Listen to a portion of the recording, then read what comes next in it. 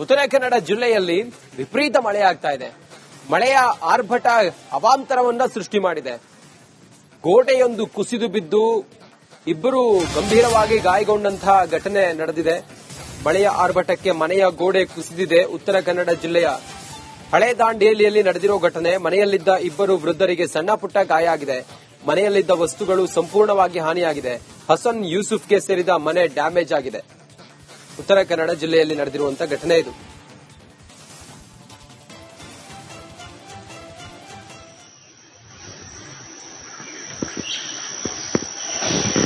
ವಿಪರೀತವಾಗಿ ಮಳೆ ಸುರಿತಾ ಇದೆ. ಈ ಮಳೆ ಅವಾಂತರವನ್ನ ಸೃಷ್ಟಿ ಮಾಡಿದೆ. ಮಳೆಯ ಆರ್ಭಟಕ್ಕೆ ಮನೆಯ ಗೋಡೆಯೊಂದು ಕುಸಿದು ಇಬ್ಬರಿಗೆ ಗಂಭೀರ ಗಾಯ ಆಗಿದೆ. ಮನೆಯಲ್ಲಿದ್ದ ವಸ್ತುಗಳೆಲ್ಲವೂ ಕೂಡ ಮಳೆಯ ನೀರಿಗೆ ಕೊಚ್ಕೊಂಡು ಹೋಗಿದೆ.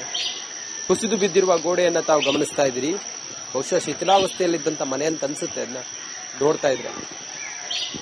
ಮನೆಯ ಮಹಡಿಯ ಸೀಟ್ಗಳೆಲ್ಲವೂ ಕೂಡ ತುಂಡಾಗಿದೆ. ಗೋಡೆ ಕುಸಿದ ಪರಿಣಾಮ ಇಬ್ಬರು ಗಂಭೀರವಾಗಿ ಗಾಯಗೊಂಡಿದ್ದಾರೆ. ಆಸ್ಪತ್ರೆಗೆ ಅವರನ್ನ ದಾಖಲು ಮಾಡಲಾಗಿದೆ.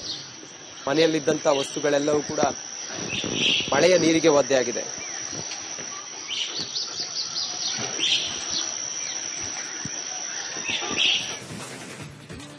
ಇತ್ತ ಚಿಕ್ಕೋಡಿಯಲ್ಲೂ ಕೂಡ ಮಳೆ